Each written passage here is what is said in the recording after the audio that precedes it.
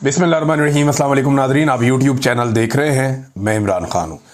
Nadreen, नाइंसाफ़ी की पाकिस्तान में मिसालें कायम की जा रही हैं। अब तो जो पाकिस्तान तहरीक इंसाफ के सख्त मुखालिफिन हैं वो भी ये कहना शुरू हो गए हैं कि ये ज़्यादती है, यानी इस लेवल से आगे तो मामला नहीं जाना चाहिए था। जिन सबूतों की बुनियाद के ऊपर सजाएं इदारों को मिलनी चाहिए थी कि ये क्या सबूत और गवाह आप लेकर आए हैं, ऐसे भोंडे मुकदमात आपने बनाए हैं जिन पे जुर्माने हुकूमत को होने चाहिए थे, उनके ऊपर मासूमों को उठाकर जेलों में डाला जा रहा है। ये एक एक लम्हे की सजा का हिसाब देना पड़ेगा। ये जो लोग आज खुदा बने हुए या फिरौन बने हुए हैं ना, जो उठा के इंसानों को कत्ल कर देते हैं, जेलों में डाल देते हैं, जबरी तौर पे लापता कर देते हैं, इन तमाम लोगों को आखिरत भूल गई है। इन्हें इस बात का आइडिया है कि एक एक आदमी के साथ होने वाले एक एक जबर का इन्हें हिसाब देना पड़ेगा। जब इनके हाथ भी बोलेंगे, पांव भी बोलेंगी और जबानें भी इनके खिलाफ गवाही देंगी, तो फिर ये क्या करेंगे रब के हुजूर। तो इनके साथ बहुत बुरी होने वाली है और जो ये जुल्म कर रहे हैं उसका हिसाब तो इन्हें देना पड़ेगा, यहां भी देना पड़ेगा, आगे जाकर भी देना पड़ेगा। बहरहाल ये सबूत तो बहुत ही फारिग नौयत के थे, लेकिन यास्मीन राशिद जैसी खातून को, जिन्होंने हमेशा बड़े दिल का मुजाहरा किया, जिन्होंने बुरे हालात में नवाज शरीफ को अस्पताल पहुंचाया, पूरी फैमिली को फैसिलिटेट किया, और नवाज शरीफ उन्हीं के दौर में पाकिस्तान से निकलकर बाहर चला गया झूठे अपने मेडिकल्स बना के, और उस खातून के साथ जुल्म इसलिए किया जा रहा है कि वो खातून नवाज शरीफ को इलेक्शन हरवा चुकी जेल में बैठ के, उसने नवाज शरीफ को शिकस्त दी जेल में बैठ के, और वो कैंसर की पेशेंट है, 70 साल से ज्यादा उनकी उम्र है, लेकिन बहादुरी की मिसाल कायम कर दी इन लोगों ने। इमरान खान के साथियों ने बहादुरी की वाकई मिसालें कायम कर दी हैं, और अवाम ने भी बहादुरी की मिसालें कायम कर दी हैं, रेजिलियंस की मिसालें कायम कर दी हैं। वरना किसी पॉलिटिकल पार्टी को इतना दीवार के साथ लगाया जाए तो उसका बेड़ा ही गर्क हो जाता है, उसके पल्ले ही कख नहीं बचता। लेकिन इमरान खान साहब और उनकी पार्टी के लोग जो है वो डट कर खड़े हुए हैं। लीडरशिप में लोग बहुत सारे कंप्रोमाइज हो जाते हैं, डर जाते हैं, परेशान हो जाते हैं, सबकी अपनी अपनी मजबूरियां हैं। और मैं ये नहीं कहता कि ये लोग कसूरवार हैं भाई। जब रियासत का डंडा चलता है या गैर कानूनी गैर आईनी हथकंडे इस्तेमाल किए जाते हैं, जब बंदूक से बात की जाती है जुबान की बजाय, तो सारे लोग उसका मुकाबला नहीं करते। ये सियासी लोग हैं, ये कोई जंगजू थोड़ी है जो मैदान जंग से उठकर आए हुए और यहां पे जंग लड़ेंगे। ये टीटीपी थोड़ी है या कोई और इस तरह की तहरीक थोड़ी है, ये तो सियासी लोग हैं। ये सियासत से मुकाबला करते हैं, लेकिन जब आप बंदूक से मारते हैं, जब आप डंडा उठाते हैं, तो ये आपको उसके मुकाबले में बंदूक या डंडा इनके पास नहीं है, ये वैसे आपसे नहीं लड़ते। लेकिन पाकिस्तान की मिलिट्री एस्टेब्लिशमेंट ने अपनी ताकत का बेपनाह इस्तेमाल किया है पाकिस्तान की सियासी जमात के खिलाफ। पहले भी करते रहे हैं, लेकिन इस मर्तबा पाकिस्तान तहरीक इंसाफ के खिलाफ इन्होंने अपनी सारी हदें पार कर दी हैं। नादरीन, ये अंसार अब्बासी साहब का एक ट्वीट वायरल हो गया। मैं ये ट्वीट आपको पढ़ के सुनाता हूं। ये ट्वीट इनका कुछ अरसा पहले का। अंसार अब्बासी साहब क्या फरमा रहे थे इस फैसले से पहले, ये मैं किसी वजह से आपको पढ़ के सुना रहा हूं। वो ये कहते थे इतलात हैं, इतलात कहां से आती है, मिलिट्री एस्टेब्लिशमेंट देती, इतलात हैं कि फौज और पुलिस के पास, यानी दोनों के पास, फौज के पास भी पुलिस के पास भी, इमरान खान के खिलाफ 9 मई के हमलों के मास्टरमाइंड होने के हवाले से सबूत मौजूद हैं। 9 मई के हवाले से फौजी अदालतों में 103 मुल्जिमान के खिलाफ मुकदमा तकरीबन मुकम्मल हो चुके हैं। इनमें 90% पर जराइम साबित हो चुके हैं। जैसे ही सुप्रीम कोर्ट इजाजत देगी, फौजी अदालतों के फैसले जारी कर दिए जाएंगे। फैसलों के बाद मुबैना मास्टरमाइंड के गिर्द घेरा तंग किया जाएगा। कोशिश है कि इन वाकयात में शामिल अफराद को निशाना इबरत बनाया जाए। अंसार अब्बासी, फौज और पुलिस के पास सबूत है, अंसार अब्बासी साहब ने दावा किया था। एक्चुअली ये उनका नहीं है, मिलिट्री एस्टेब्लिशमेंट का दावा है। फौज अपने लोगों के जरिए से, या जिन लोगों को वो सहाफी समझते हैं या जिनको वो समझते हैं वो उनके करीब हैं, उनके जरिए से वो ये खबरें दे रही है और उन्हें बता रही है कि ये खबर दे दो, हमारे पास ये भी है, ये भी है, ये भी है, लेकिन वो चीजें कभी दिखाई नहीं। इतलात हैं कि इनके पास मास्टरमाइंड होने के सबूत मौजूद हैं इमरान खान के, और अदालत में सबूत क्या दिए कि वो पुलिस वाला बिल्ली का बच्चा बन गया। अदालत में सबूत क्या दिए कि एक पुलिस वाला मेज के नीचे छुप गया, एक सोफे के नीचे छुप गया। आप अंदाजा करें कि इन भोंडे सबूतों के ऊपर, और इनकी बात कर रही थी मिलिट्री एस्टेब्लिशमेंट के, उनके पास सबूत हैं। यानी इन्हें कानून का पता भी है या इनके दिमाग फारग हैं, मोटी खोपड़ी है, इन्हें पता ही नहीं चलता। आप अंदाजा करें कि एक जहां बिल्ली का बच्चा नहीं छुप सकता, वहां पे एक पुलिस वाला छुपा दिया, और एक सोफे के नीचे छुपा दिया, एक टेबल के नीचे छुपा दिया, और ये वो सबूत है जिनकी बुनियाद के ऊपर अदालत में सजा दिलवा दी। और ये वो सबूत हैं जिनकी बुनियाद के ऊपर फौजी अदालतें भी सजा देंगी, ये भी क्लेम किया गया। फारग तरीन सबूत हैं ये। अगर किसी भी इंसाफ पसंद जज के सामने ये मामला गए, जो अल्लाह से डरता होगा और एस्टेब्लिशमेंट से नहीं डरेगा, तो मैं आपको लिख कर देने के लिए तैयार हूं कि ये केस, ये जितने भी 9 मई के केस हैं, ये 2 दिन नहीं ठहर सकते। ये चंद घंटों की समाअत की मार है, ये सारे के सारे उड़ जाएंगे। इसमें इतने ज्यादा लकूनाज और इतनी ज्यादा खराबियां हैं। ये मुकदमा रियासत ने किए जनाब सिर्फ और सिर्फ इमरान खान को नीचा दिखाने के लिए। मैं अभी एक सहाफी को सुन रहा था, वो कह रहे थे इससे पहले एस्टेब्लिशमेंट ना नफरत करती थी सियासतदानों से, अब डरती है। पुराने सियासतदानों से ये नफरत किया करते थे, अब सियासतदानों से ये डरते हैं। इमरान खान ने इनके दिल में डर पैदा कर दिया। एस्टेब्लिशमेंट डर गई है इमरान खान से, और उन्हें डरना ही चाहिए क्योंकि इनके पीछे पाकिस्तान तहरीक इंसाफ के अवाम खड़े हैं बहुत बड़ी तादाद में। पाकिस्तानी इमरान खान के पीछे खड़े हैं।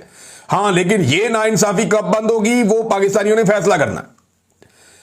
यानी वो इमरान खान के पीछे तो खड़े हैं, आप वोटिंग करवा लें तो 80-90% लोग इमरान खान के साथ खड़े हो जाते हैं।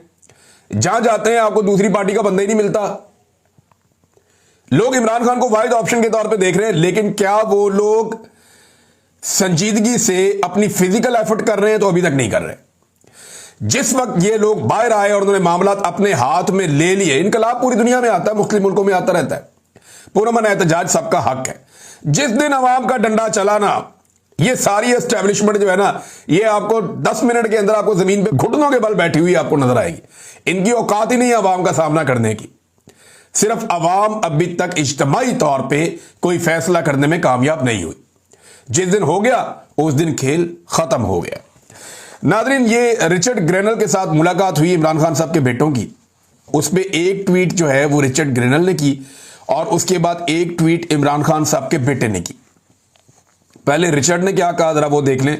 Welcome to California my friends, आपको कैलिफोर्निया में खुशामदीद। I love hanging out with you today, आपके साथ आज मुझे अच्छा लगा मिलके। Salman and Qasim Khan, you must stay strong, आपको मजबूत रहना होगा। इमरान खान के बेटों को उन्होंने कहा, there are millions of people around the world who are sick of political persecution. अब इसको जरा समझे, आप वो ये कह रहे हैं कि दुनिया में लाखों करोड़ों ऐसे लोग हैं जो सियासी इंतकाम का निशाना बन रहे हैं या उससे परेशान हैं। यू आर नॉट अलोन, आप तनहा नहीं हैं। अब इस ट्वीट का आप जो मर्जी मतलब निकाल लें।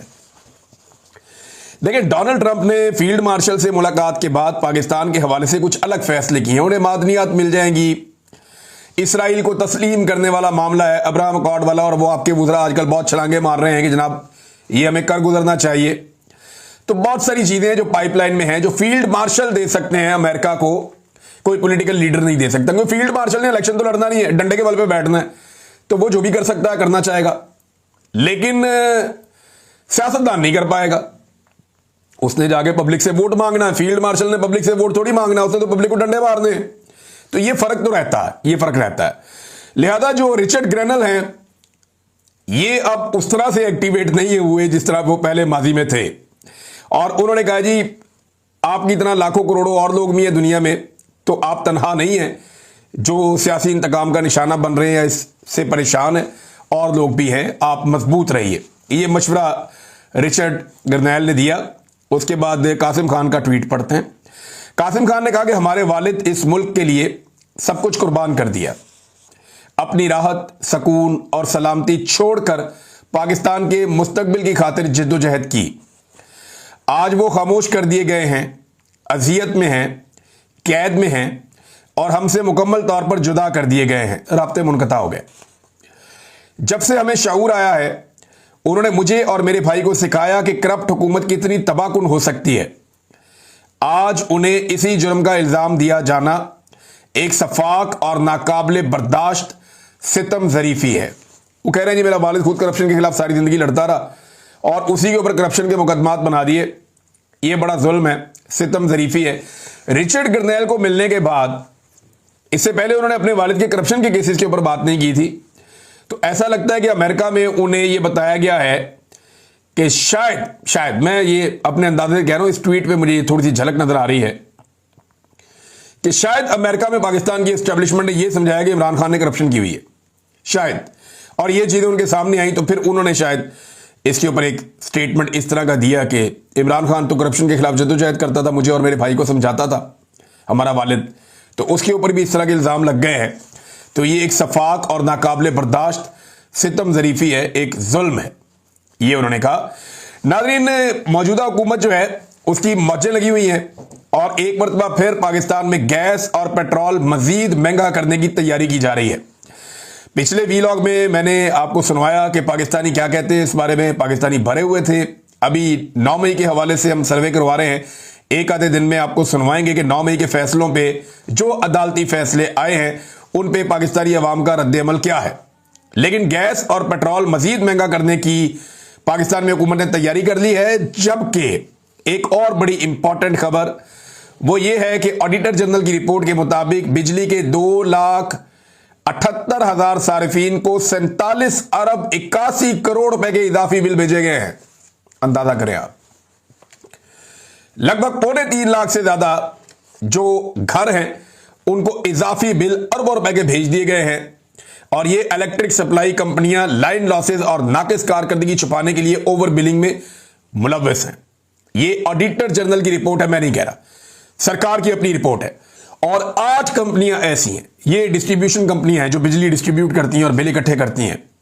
इन्होंने 244 अरब की ओवर बिलिंग की है, ये उसके अंदर मुलव्वस हैं। आवाम की जेब पे 244 अरब का डाका डाला। बिजली में ये डाका डालते हैं, चीनी में ये डाका डालते हैं, आटे में ये डाका डालते हैं, पेट्रोल में ये डाका डालते हैं, हर चीज में अवाम की जेब के ऊपर ये डाका डालते हैं। और बाद में ये अवाम के हमदर्द बन के बैठ जाते हैं। फिर वो टिकटॉकर बयान दे देती है कि मेरे अब्बू का दिल दुख गया, वो मीटिंग छोड़ के चले गए।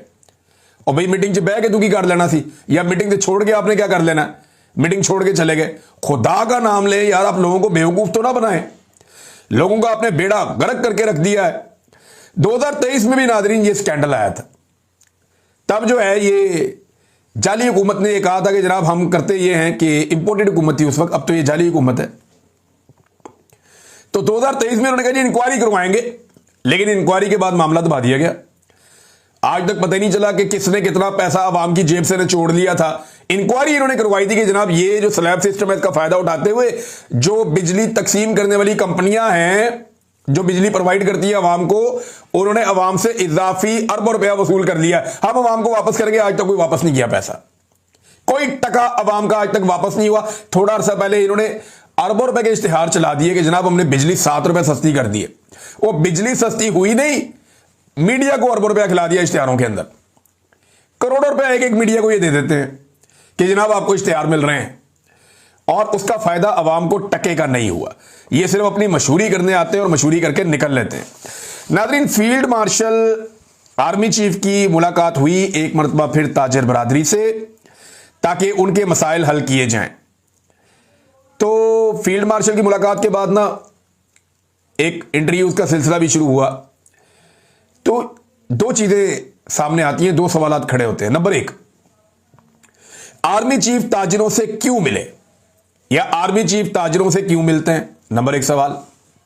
नंबर 2, ताजर आर्मी चीफ से क्यों मिलते हैं, क्यों मिलना चाहते हैं। पहले सवाल का जवाब यह है कि आर्मी चीफ अच्छी तरह जानते हैं कि जिनको वो लेकर आए वो नालायक हैं, निकम्मे हैं, उनसे कुछ नहीं होना।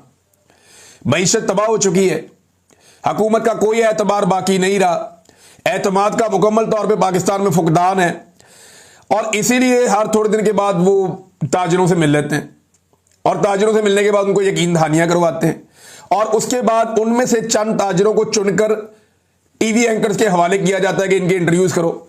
वो ताजर जमीन आसमान के कलाबे में लाते हैं। यानी कल एक ताजर ने कहा कि सदियों के बाद ऐसी मुलाकात होती है, हमें आसिम मुनीर साहब ने खाना भी खिलाया, बल्कि उन्होंने अपने हाथ से लिखा। भाई हाथ से ही लिखता है बंदा, और कैसे लिखता है। यानी उन्होंने खुद नोट्स लिखे, उन्होंने हमें खाना भी खिलाया, और सदियों बाद ऐसी मुलाकात होती है। गेम ज्यादा ही नहीं चुक दी थोड़ी सी। बहरहाल जितनी भी चुकी पाकिस्तान की इकॉनमी उठनी चाहिए, गेमें तो पाकिस्तान में उठ रही है, पिछले 70 साल से उठती हुई हम देख रहे हैं। तो ये जनाब ये सियासी और इंतजामी मामलात में क्या एक फील्ड मार्शल आर्मी चीफ की खुली मुदाखलत नहीं है? नहीं, ताजर के साथ आर्मी चीफ का क्या काम है? इस वक्त पाकिस्तान में डेमोक्रेसी है ना, वजीर आजम मौजूद है, वजीर खजाना मौजूद है, बल्कि पाकिस्तान का जो डिप्टी वजीर आजम है वो भी इकोनॉमिस्ट है अपनी तरफ से, बहुत सारे इदारे मौजूद हैं, सेक्रेटरी मौजूद हैं। तो फिर आर्मी चीफ ताजरों से या बिजनेस कम्युनिटी से क्यों मिलते हैं? सोचने वाली बात है ना।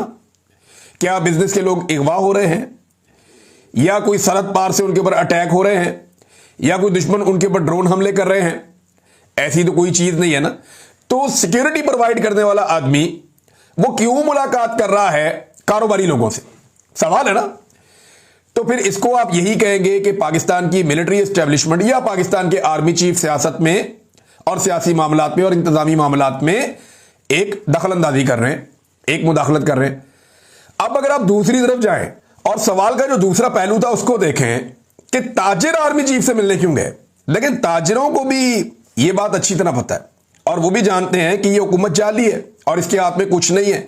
ताकत इनको जबरदस्ती इक्तदार में लाने वाले फील्ड मार्शल के पास है, इख्तियारात भी उनके पास है, ताकत भी उनके पास है। अगर कुछ अच्छा कर सकते हैं, बुरा कर सकते हैं, वही कर सकते हैं। लिहाजा उन्हीं के पास जाकर मुलाकात करो और उन्हीं को जाकर अपनी बात बताओ। लेकिन डोनाल्ड ट्रंप को भी यह बात समझ आ गई थी कि शहबाज शरीफ क्या बेचता है, बुला के फील्ड मार्शल से मिलो। यह बात ताजिरों को भी समझ आ गई, मौलवियों को भी समझ आ गई। पाकिस्तान का जो भी काबिल जिक्र आदमी हो गया जी आर्मी चीफ से मेरी मुलाकात कराओ, मैं शहबाज शरीफ को नहीं जानता हूं, किसी उसके पल्ले ही कख नहीं है।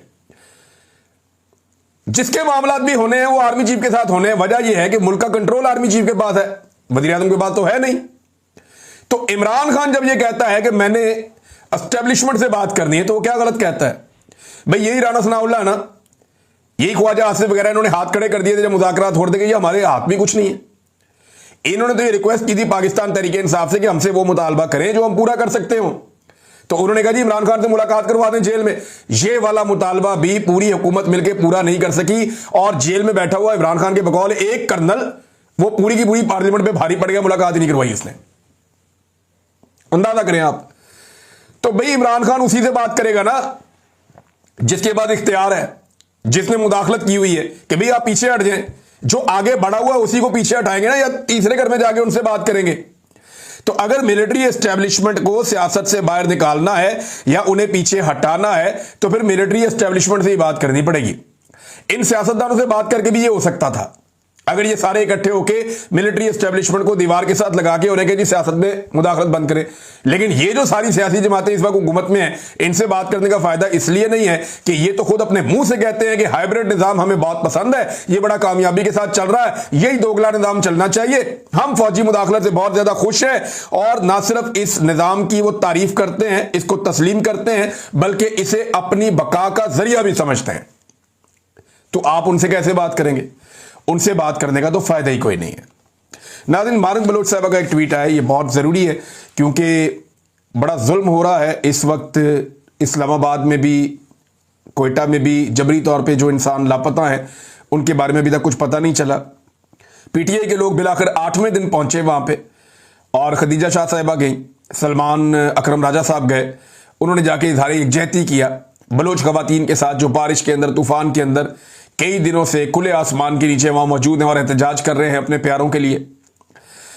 तो मारंग बलोच ने लिखा, बलोच माएँ और बच्चियां जुर्रत और इस्तकामत की अलामत हैं। आज इस्लामाबाद में एहतजाज को 8 दिन मुकम्मल हो चुके हैं। इस्लामाबाद पुलिस की बदसलूकियां और जबर बदस्तूर जारी है, लेकिन वो ना इन माओं के हौसले तोड़ सके और ना ही इन्हें पसपा करने में कामयाब हो।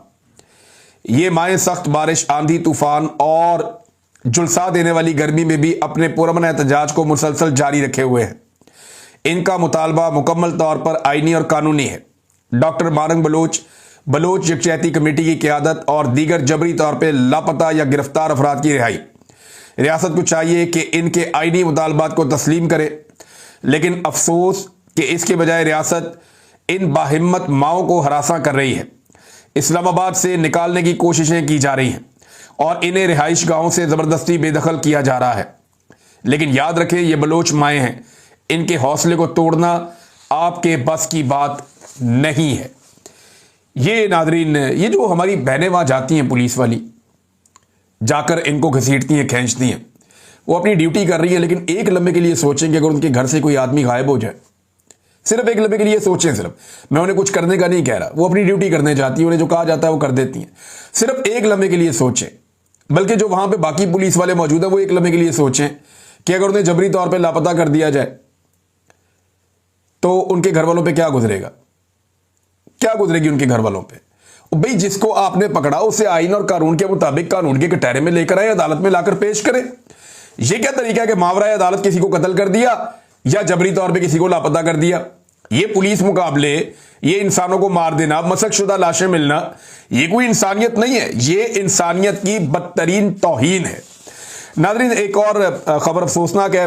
मियां मोहम्मद अजहर साहब बड़े अच्छे जीरक बुजुर्ग सियासतदान, मेरी इनसे मुलाकात भी रही, इनसे कुछ सीखा भी, कभी बैठ के बातें की, माजी की बहुत सारी चीज़ें जानते थे और इनके साथ बहुत सारे राज इनके दिल में थे।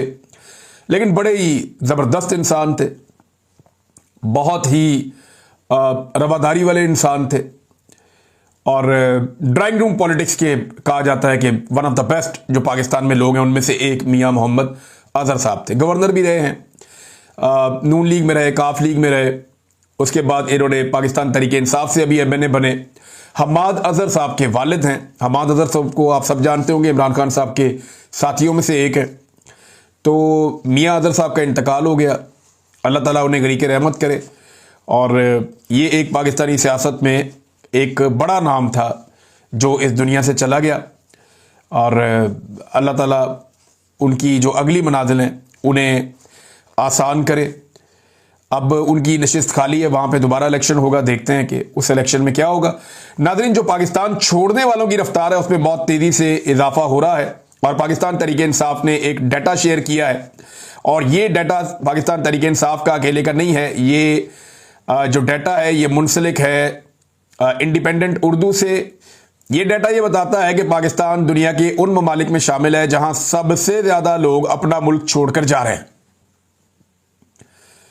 यानी वो मुल्क जहां से लोग तेजी से तरके वतन कर रहे हैं, जो अपना मुल्क छोड़कर जा रहे हैं। पाकिस्तान इंडिया से भी आगे निकल गया, बांग्लादेश से भी, फिलिपीन से भी, चाइना जो दुनिया की सबसे बड़ी आबादी है पाकिस्तान उससे भी आगे निकल गया, नेपाल से भी, यूनान से भी, सूडान से भी और ब्राजील से भी पाकिस्तान आगे निकल गया, तुर्की से भी आगे निकल गया, वेनेजुएला से। दुनिया के जितने ममालिक का यहां पे डाटा दिया हुआ है, सबसे ज्यादा जो लोग अपना वतन छोड़कर गए वो पाकिस्तानी है।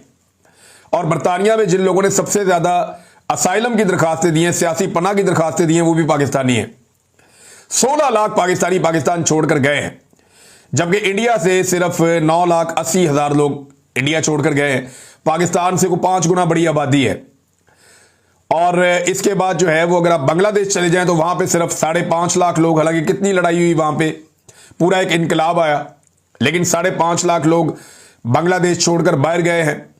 तो ये पाकिस्तान की। और यूक्रेन जहां पे जंग लगी हुई है रशिया के साथ, बड़ी खौफनाक जंग चल रही है, वहां से सिर्फ 3 लाख लोग यूक्रेन को छोड़कर गए हैं।